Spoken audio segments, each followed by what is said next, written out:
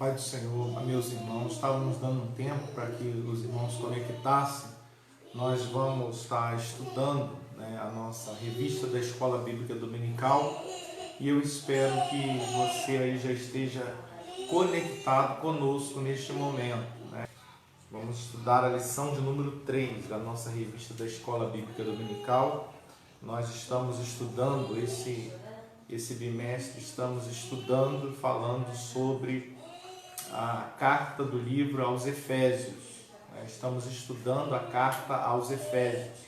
Então, se você tem a sua revista, pegue a sua revista, ou se você não tem a sua revista, você pode pegar a sua Bíblia para poder estar lendo conosco, estudando conosco essa carta, a carta aos Efésios. Hoje nós vamos estudar do versículo 5 até o versículo 14 do primeiro capítulo desta carta. Pegou a sua Bíblia? Abriu aí no livro de Efésios. Primeiramente nós vamos precisar que você se desconecte das suas atividades, do que você estiver fazendo neste momento. Você precisa sentar para você ouvir, a palavra de Deus e a gente juntos aqui aprendermos da palavra de Deus. Se você tem alguma dúvida, você pode escrever para a gente, mandar a sua pergunta. A gente vai estar respondendo na medida do possível aquilo que a gente tiver o conhecimento, a gente vai estar respondendo, Então, carta aos Efésios, capítulo de número 1 e versículos de número 3 em diante, a gente vai estar estudando esta palavra maravilhosa. O apóstolo Paulo, escrevendo aos Efésios, ele começa no versículo de número 3, dizendo assim: Bendito Deus e Pai de nosso Senhor Jesus Cristo, o qual nos abençoou com toda sorte de bênçãos espirituais nos lugares celestiais em Cristo.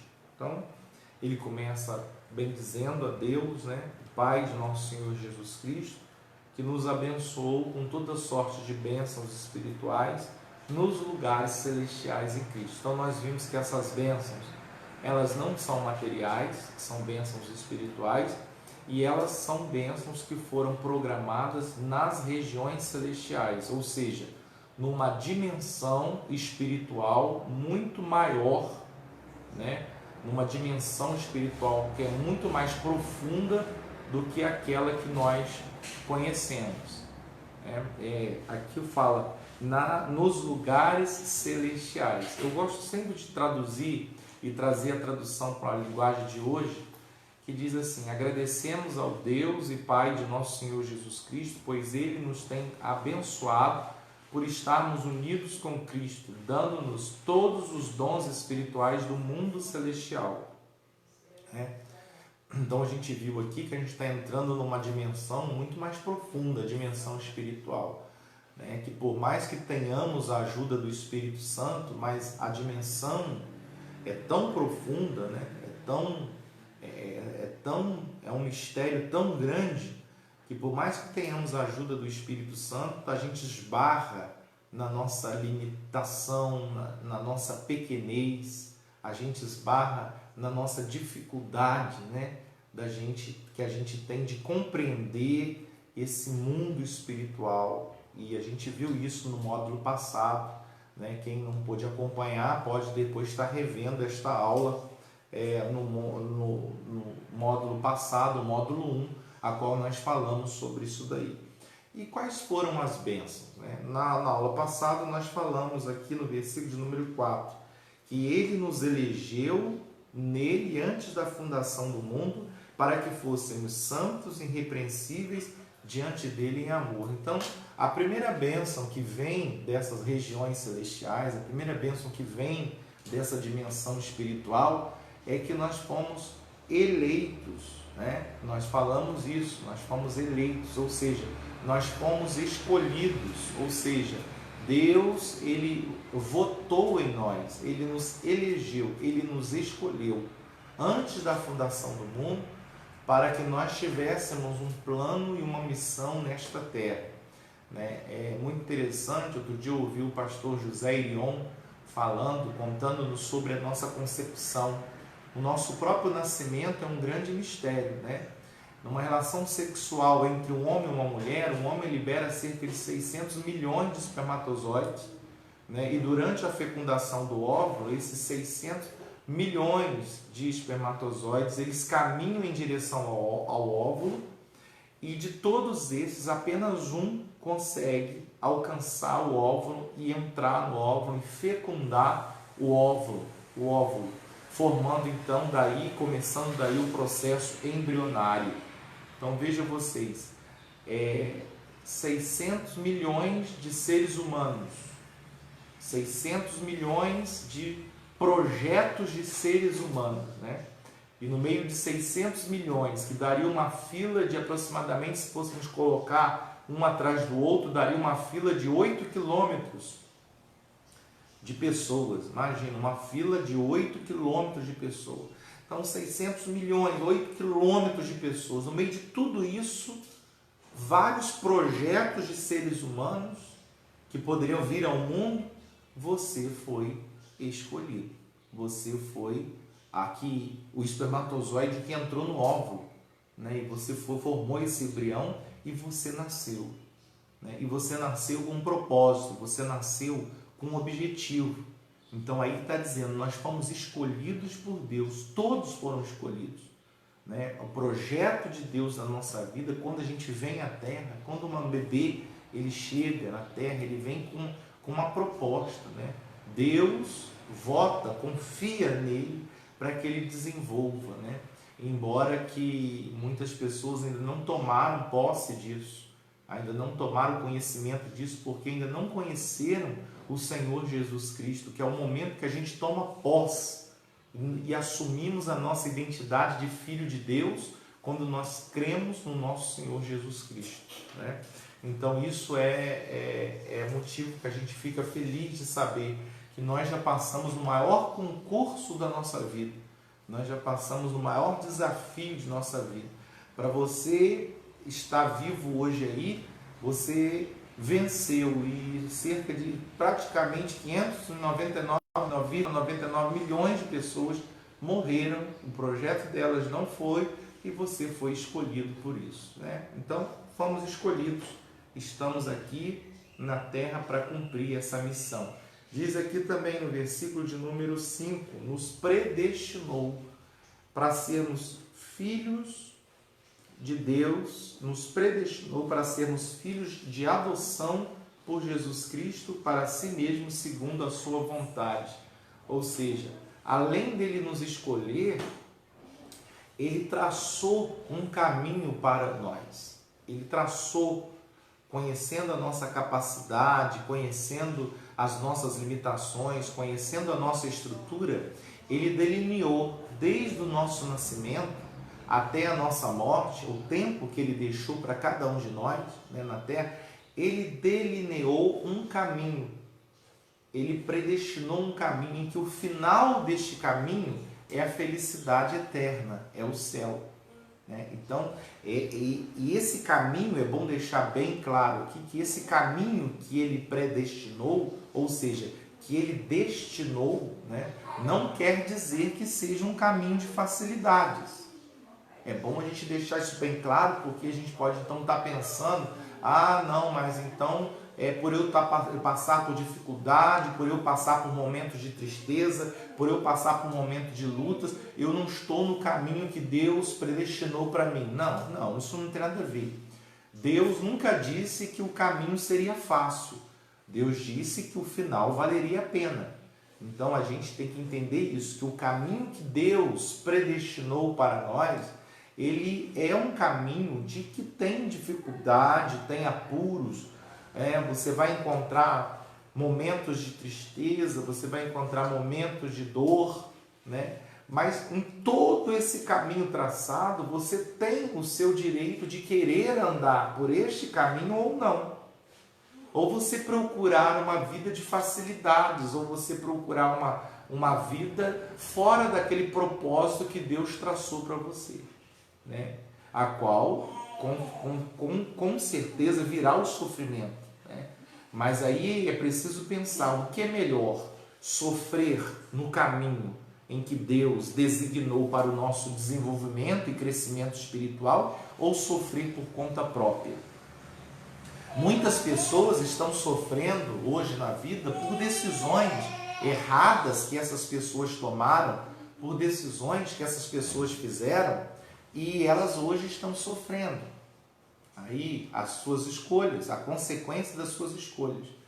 Mas se elas andarem dentro da proposta, e esse caminho, é bom lembrar que esse caminho que Deus predestinou para todos nós, além do fim dele ser a salvação e a felicidade eterna, ele é muito bem sinalizado. E aonde que eu encontro as placas de sinalização? Aqui, ó. Aqui está. Ó, as placas de sinalização. O que eu devo fazer? Por onde que eu devo andar? Se para a direita ou para a esquerda? Esse caminho predestinado por Deus, ele está muito bem sinalizado. E se você seguir as orientações da palavra de Deus, você vai andar por este caminho.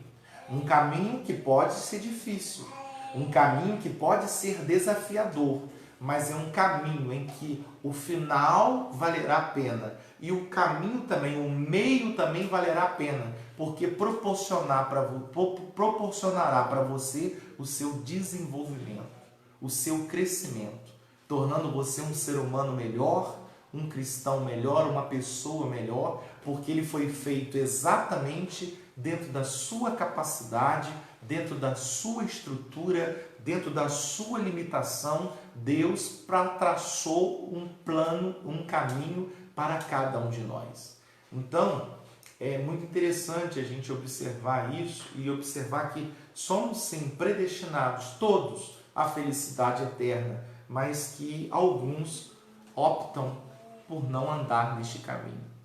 E Deus dá essa liberdade, né, a cada um, para que cada um tenha a liberdade de poder escolher se quer ou não andar neste caminho.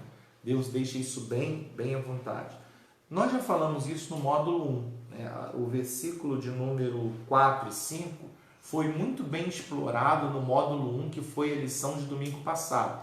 Se você está nos assistindo pela primeira vez hoje e quer entender melhor este versículo 4 e o versículo 5, você pode recorrer a uma das nossas aulas que está gravada, ou pelo Facebook da página da igreja, ou pelo YouTube, também a página da igreja no YouTube, vai estar lá gravada esta aula de módulo 1, a qual nós exploramos bastante essas duas bênçãos espirituais, que a eleição de Deus e a predestinação de Deus sobre esse assunto. Está gravado, você pode depois estar procurando por esta aula e se aprofundando melhor o seu conhecimento sobre isso. Mas nós vamos avançar, nós vamos agora para o versículo de número 6, que ele nos fez para louvor e glória da sua graça, pela qual nos fez agradáveis a si no amado. Esse amado está com letra maiúscula porque se refere a uma pessoa, a pessoa bendita do Senhor Jesus Cristo. Então, pela pessoa bendita do Senhor Jesus Cristo, ele nos fez para louvor e para a glória da sua graça, né? Observa como é que quando nós trilhamos esse caminho predestinado por Deus e sinalizado muito bem pela palavra, onde que tem placas sinalizando a direção que devemos ir, né?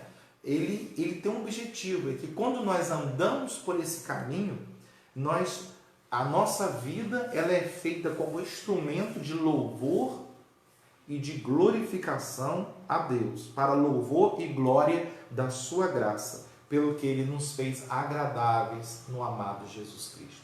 Então é como eu falei com vocês, Jesus ele é o centro de tudo. Jesus ele disse: eu sou o caminho, a verdade e a vida. Então nós vamos ser sempre convidados a olhar para Jesus, a seguir a Jesus, né? Ele, esse caminho a qual nós andamos nele, através dele, né? É muito interessante nós notarmos isso daí também. Versículo de número 7. Em quem temos a redenção pelo seu sangue e a remissão dos nossos pecados segundo a riqueza da sua graça. Então, qual outra bênção que a gente pode escolher por isso daí? Fomos escolhidos, fomos predestinados, fomos feitos para a glória de Deus, para o louvor e para a glória de Deus. E a quarta bênção, fomos redimidos pelo sangue de Jesus Cristo na cruz do Calvário. Então, quando Deus colocou aquela árvore do bem e do mal no jardim, dando a oportunidade ao primeiro casal de escolher andar no caminho que ele traçou, predestinou ou não, esse ou não, Deus já tinha pensado também, antes da fundação do mundo, de como ele faria para poder trazer a humanidade, caso esse casal optasse por sair do caminho e da vontade de Deus. Antes da fundação do mundo, Deus já tinha matado o cordeiro. O plano de Deus já estava predestinado que se o homem optasse por sair do caminho da vontade de Deus. E qual era o plano de Deus? O plano de Deus é que os homens se multiplicassem, vivessem num paraíso, em que a ligação entre o céu e a terra fosse uma coisa só, e que pudéssemos continuar vivendo como Adão e Eva viveu. Esse era o plano, a proposta inicial. Esse era o caminho predestinado, né? Mas que o homem não quis. O homem, em algum momento, ele escolheu uma direção errada.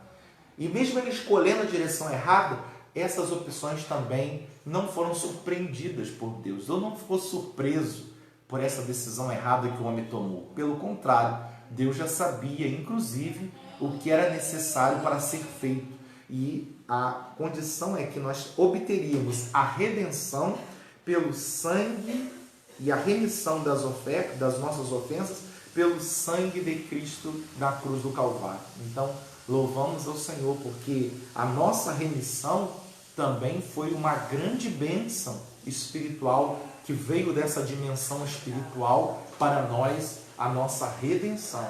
Então vamos contando aí, vai sinalizando aí, vai anotando aí as bênçãos. Primeiro, fomos eleitos, Ele nos elegeu, a nossa eleição. Depois, Ele nos predestinou, né, no versículo de número 5. Depois, Ele nos fez para o louvor e para a glória dEle. Olha quantas bênçãos. Depois, Ele nos redimiu pelo sangue, né? Ele redimiu as nossas ofensas pelo sangue do próprio Filho, segundo as riquezas da sua graça. Então, já está contando 5 bênçãos, 5 bênçãos espirituais. Versículo de número 8. Que Ele tornou abundante para conosco com toda a sabedoria e prudência. Quer dizer, as riquezas da graça, essa graça de Deus, e a graça significa favor imerecido. Ou seja, a graça de Deus, esse favor que nós não merecíamos, mas que Ele, por sua infinita bondade, tornou abundante para conosco, né? Pela sabedoria dEle, pelo conhecimento dEle, Ele liberou para nós essa graça, esse favor, não porque nós merecemos, porque diz a palavra que todos pecaram, destruídos estavam da glória de Deus, estavam todos afastados, mas a graça dEle nos alcançou. Quer presente maior do que esse? Né? Que bênção, né? Que bênção espiritual foi essa? A graça de Deus, né? Que tornou abundante. A palavra de Deus fala assim, ó, onde abundou o pecado, olha o que diz, onde abundou o pecado, superabundou a graça de Deus, né? Então, se o pecado foi muito, a graça foi maior, né? Isso é lindo, né? Isso mostra esse amor de Deus, um amor, como diz a Bíblia, que nos constrange, um amor que nos constrange, embora não sendo merecedor, ele foi abundante, diz que Ele a tornou abundante, uma graça abundante, né? Como quer dizer, uma graça que sobra, que transborda, uma graça além da capacidade, da nossa capacidade, essa graça ela é transbordante, né? Onde abundou o pecado, superabundou a graça. E essa é a graça de Deus. Mais uma bênção no mundo espiritual, né? Versículo de número 9. Diz assim: descobrindo-nos o mistério da sua vontade, né? Segundo o seu beneplácito, segundo o seu querer, que ele propusera em si mesmo. Então, a vinda de Jesus, a chegada de Jesus na terra, né, ele veio com o objetivo, mostrar qual era a vontade de Deus. E qual é a vontade de Deus? Aí você vai encontrar a resposta no versículo de número 10. Olha o que diz o versículo de número 10. De tornar a congregar em Cristo todas as coisas, na dispensação da plenitude dos tempos, tanto as que estão no céu, como as que estão na terra. Então, veja vocês, se essa sempre foi a vontade de Deus. Quando Deus criou o primeiro casal, e colocou o primeiro casal no Éden, você vê que havia uma ligação muito grande entre o céu e a terra. Diz que todas as tardes, Deus descia para conversar com o homem, como se fosse um amigo, para saber: oi, boa tarde, como é que foi seu dia? Como é que você passou? Vamos conversar. Havia uma ligação entre céu e terra. Observa vocês, estavam tudo conectado, havia uma conexão entre céu e terra. Quando o homem ele optou por um outro caminho, fora do que Deus predestinou para ele, ele rompeu esse ciclo. Então a terra se desgarrou, se separou. Mas o que acontece? Essa separação, né, do planeta Terra, diante dessa bondade divina, foi tão grande que Deus ele procurou trazer o homem de volta para a comunhão com ele. Não só o homem de volta, mas diz aqui a palavra, todas as coisas. Então é interessante notar que esse planeta Terra, ele vai em um tempo chamado aqui de dispensação de Deus, no Kairos de Deus, no tempo de Deus, o planeta Terra vai acoplar com o céu novamente. Olha que coisa interessante. Na visão futurística, né, do futuro, bem próximo, nós esperamos que esse futuro está bem próximo. O planeta Terra ele vai se conectar com os céus e vai se tornar uma coisa só, céu e terra. João falou dessa nova terra. E vi um novo céu e a nova terra, onde que o mar já não existe. E o Cordeiro de Deus, a cidade de Deus está nela. A nova Jerusalém, que desce do céu. Então João viu essa nova terra, essa terra conectada, que nada mais é do que o primeiro Éden. É o retorno ao Éden. É o retorno ao Éden. Né? Então, o que nós estamos fazendo agora, durante esse processo de transição, é que hoje, através de Cristo, eu restauro a minha comunhão com Deus. Eu começo a me aproximar de Deus por Jesus Cristo. Mas as coisas, a terra, o planeta, a natureza, os animais, tudo isso também será conectado, como sempre foi no princípio. Não é interessante isso? Não é muito interessante? Olha aí o que está dizendo. Deus então revelou qual era a vontade dele, desde o princípio.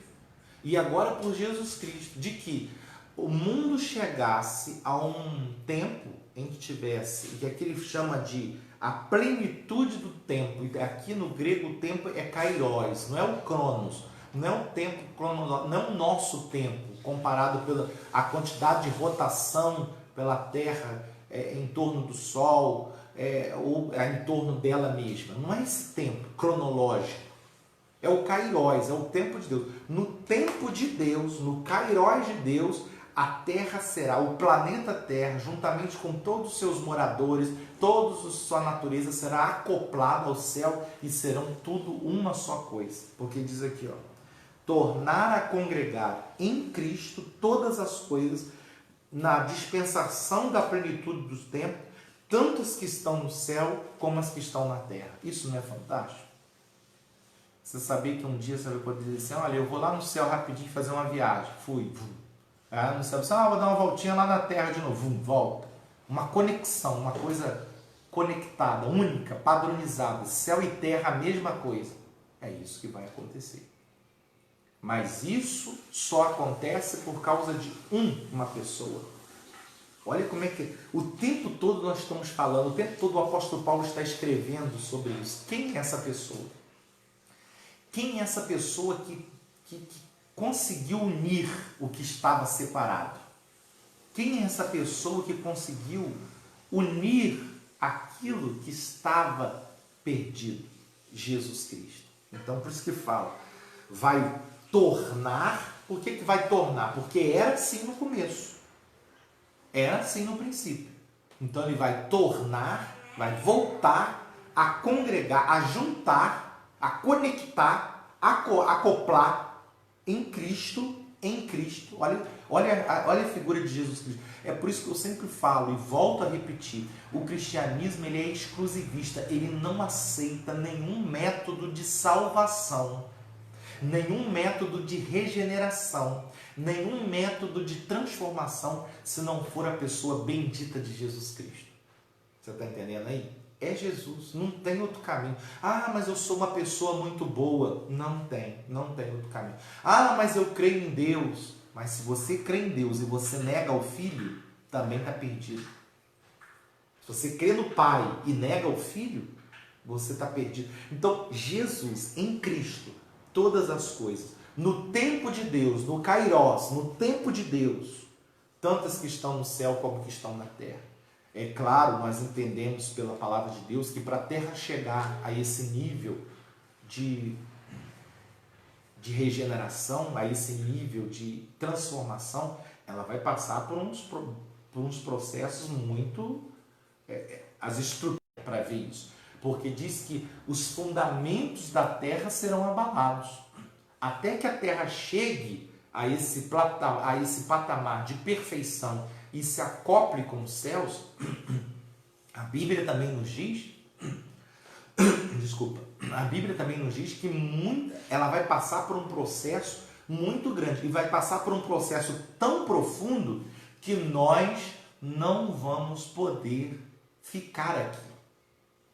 O Senhor vai recolher o seu povo no céu por um tempo, o Senhor vai recolher a sua igreja no céu por um tempo, para que esse mundo seja virado e arado, virado de cabeça para baixo, para que essa terra comece entre do seu quarto, fecha a tua porta e fica-te lá, guarda-te lá, até que passe a ira de Deus, porque o Senhor virá e derramará a sua ira e tem uma contenda com os moradores da terra.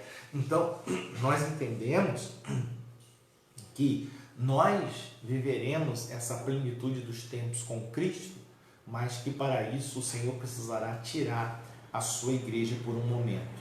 E aí a terra passará por uma fase de transição muito difícil, muito conturbada, e então será restaurada a ligação entre céu e terra. A palavra de Deus fala que os mansos herdarão a terra. A palavra de Deus fala que nós governaremos com Cristo o planeta Terra. Então, é promessa de Deus que essa terra, ela será também, voltará a ser propriedade de Deus.